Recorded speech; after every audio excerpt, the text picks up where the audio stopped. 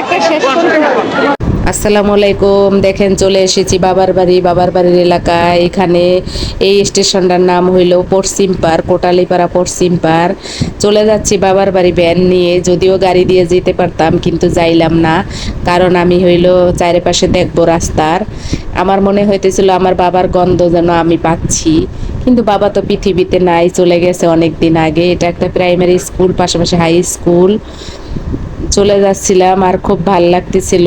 পাশে আমার হাজবেন্ড ছিল, তাকে অনেক কিছু জিজ্ঞেস করতেছিলাম। ও অবশ্য আমার বিয়ের পর থেকে অনেক বেশি আমার বাবার বাড়ি যাতায়াত করে, কারণ আমি হইল বমি করি। ও আমাকে ডাকাতে রেখে একা একা যায়, বেশিরভাগই যায়।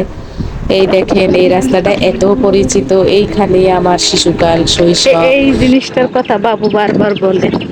আম্মু ওই ওই ব্রিজটার পাশে একটা পানির ভিতরে একটা ঘর, এই যে সেই এই সেই বিখ্যাত। হ্যাঁ ওই তো এটা এটা সব হয়েছে, এটা তো আখড়াবাড়ি ছিল, এখন আখড়াবাড়ি গিয়েছে।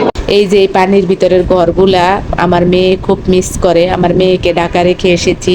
যদি আমার বাবা জীবিত থাকতো কখনোই আমাকে আসতে দিত না, বলতো যে তোমার আসতে হবে না নাতিকে না আনলে। কিন্তু মেয়েকে এই যে চলে এসেছি বাবার বাড়ির একদম দরজায়। এখানে এসে ভাইয়ের ছেলেদের জন্য অপেক্ষা করতেছিলাম, কখন আসবে ওরা আমাদেরকে নেওয়ার জন্য, কারণ আমার সাথে অনেকগুলি ব্যাগ, যেগুলো আমার হাজবেন্ড একা পারবে না। এই তো আমার ভাইয়ের ছেলেরা ব্যাগ নিয়ে আগে গেছে, পরে আমার জামাই মোশাররফ করিমের মতন দুই হাতে দুইটা, ঘাড়ে একটা নিয়ে যাচ্ছে। এই যে আমার মেজো কাকির সাথে রাস্তায় দেখা। মেজো কাকি অবশ্য আসতেছিল, আমি আসছি শুনে। এটা আমার ভাইয়ের ছোট ছেলে, ও এখান থেকে কিছু ছোট ছোট আম কুড়িয়ে নিচ্ছিল আমার জন্য, উপভোগ খাওয়াবে। এই যে আমগুলা কুড়াচ্ছে। এই যে আমাদের বাড়ির ভিতরে আমি এন্ট্রি হইতেছি। এটা আমাদের বাড়ি, এই বাড়িতেই আমার জন্ম, এটাই আমার জন্ম ভিটা। এই বাড়ি আমার হইল স্মৃতি বিজয়ী, অনেক কিছু আছে। রে আল্লাহ রে আল্লাহ, দাও আমদে দাও দাও দাও দাও আমদে দাও। ভালো আছেন কাকি? দোলা পরে আসবে। এটা আমার সেজো কাকি বের হচ্ছে, আমার ইয়া পেয়ে। আমার সেজো কাকি আমাকে বলতেছিল এই যে আমার বাবার ঘরে আমি এখন ঢুকবো।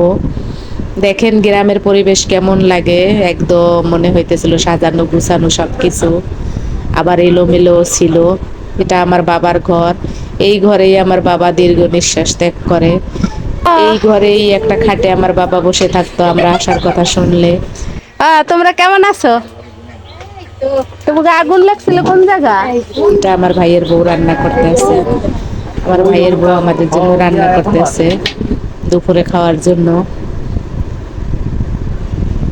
এই দেখেন একটা মুরগিটা কি করতেছিল, যদিও বয়স দেওয়ার সময় খুব খারাপ লাগতেছিল, বাবার কথা মনে পড়ে।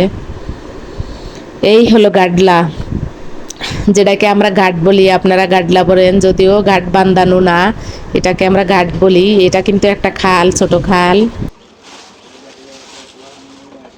ওইলো আসিফ না? আমার ভাইয়ের ছেলে, আমার তো ভাইয়ের কোনো মেয়ে নাই, তাই আমার ভাইয়ের ছেলেরাই সব কাজ করে মেয়েদের। ওরা দুই ভাই জমজের একজন চাউলের গুড়ি যেটাকে বলে, আমরা বলি গুড়া, ওরা বলে গুড়ি। আমরাও একসময় গুড়ি বলতাম। এই গুড়িগুলা গুছগাছ করে রাখতে আছে, মাকে হেল্প করতে আছে। ছেলেগুলো অনেক লক্ষ্মী ছেলেগুলা। চাউলের গুঁড়া ইয়ে করতেছিল আর পুকুরে বলতেছিল তোমার কি আমাদের কথা মনে আছে, মানে আমি এত দেরিতে গেছি। ঘরের জানালা দিয়ে মেজো কাকার ঘরের দরজার সামনে আমার মেজো কাকার মেয়ে তার ছেলেকে গোসল করাইতেছিল, তাই দূর থেকে একটু নিয়েছি, কাছে গিয়ে নিলাম না, কারণ ওরা হয়তো ক্যামেরা বন্দি নাও হইতে চাইতে পারে। বলো ফুপু কেমন লাগে বলো না, ফুপুর জিজ্ঞেস করবা ফুপু কেমন লাগে। দেখি এদিকে তাকাও। আচ্ছা ঠিক আছে, এদিকে তাকাও। দেখি ওই ওই ওইটা দেখি, এদিকে আনেন তো, ওইটা এই পাশে রাখেন একটু দেখি। গ্রামের একদম ন্যাচারালি লেস পিতার দোকান। কেডা আসতেছে? কাছে তেমন কিছুই ছিল না, শুধু প্লাস্টিকের কিছু জিনিসপাতি ছিল, আর আবিজাবি এগুলা অবশ্য এখন গ্রামের মানুষ কেনে না, কারণ আমাদের বাড়িটা অত গ্রামে না। আমাদের বাড়ি থেকে মাত্র 2-3 টাকা ভাড়া হইলো আপনার বাজার, আর বাজারে সব ধরনের শপ আছে, সব উন্নত মানের শপই আছে, সব কিছু পাওয়া যায়, মোবাইল থেকে শুরু করে সব কিছু কিনতে পাওয়া যায় আমাদের বাজারে। আমাদের রাধাগঞ্জ বাজারে সব কিছু পাওয়া যায়। যদি সম্ভব হয় রাধাগঞ্জ বাজারের ভিডিও আপনাদেরকে দেব, দেখতে পাবেন। দেখেন লেসপিতার দোকানদারের সাথে কথা বলতেছিলাম যে 30 বছর পরে আবার এই লেসপিটা দেখলাম। আগে তো লেসপিতা শুনলে ডাক দিয়ে বসাইতাম, বাবা অনেক রাগ করতো তবুও বসাইতাম, কাকারাও রাগ করতো তারপরও ডাক কেনগে ঘরে পাশে বসাইতাম, বসাই সব কিছু দেখতাম, দেখে খুঁটিনাটি একটু একটু করে কিনতাম, আবার নাও কিনতাম, এরকম। 10টা 30 টাকা আর তুই 10টা কোনো মাল নাই বাংলাদেশে। ওগুলো সেলের পরে না আমি কিনবো না দেখান একটু দেখান, না দেখাইলে কেমনে বুঝবো আপনি কি লই আইছেন। টাকা এটা ভাঙিয়ে যাবে না ওই এলো কাকড়া, ধরে না কাকা হলো লাইলন কাকা, আর একটা কাকা লইয়া ভাঙতে পারবে না তাই না। আপা এই নদীর পরিষ্কার করা খুলেছেন যেটা না হইছে না? আদি হান্না এখন বাইরে এসে আবার একটু সামনে ইয়ে দেওয়া, আমার গলে সাইডটা পোলা খালি মাইয়া নাই। পৃথিবীতে যে কদিন আছে এই কদিন একটু আলোতে থাকতে। গাড়িতে আমি বমি করতে করতে গিয়েছি, কিন্তু বাড়ি যাওয়ার পরে ক্লান্তি যেন দূর হয়ে গেল। এই যে আমাদের দুপুরের লাঞ্চের জন্য কি কি রেডি করছিল, আমরা অবশ্য সবাই রোজা ছিল, আমরা তো রোজা রাখি নাই, যাত্রাপথে বমি করছি তাই আর রোজা হয় নাই। আমার ভাইয়ের ছেলে আমাদেরকে সব গুজগাছ করে দিচ্ছিল, একেবারে সব, আর ছোট ছেলে। আরে কথা আছে রোজা, ওরে ওরা রোজা রয়েছে, আমরা খাইতে এসছি, খাই আর কি করা আছে। না এটা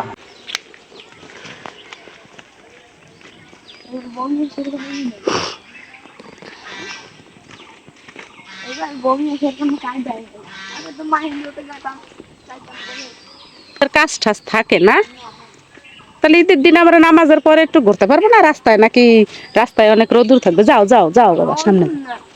এই যে আমার ভাইয়ের 2 ছেলে জমজ আমাকে নিয়ে সামনে, আমাদের সামনেই একটা কাঁচা রাস্তা আছে, আমার বাড়ির সাথেই এটা, একদম দক্ষিণ সাইডে। বাতাসে খাওয়ার পরে বাতাসে গেলাম একটু, ওখানে ওরা আমার অনেক কিছু জিজ্ঞেস করতেছিল খুঁটিনাটি, ওরা অনেক কিছু জানতে চায়, খুব আগ্রহ ওদের অনেক কিছু জানার।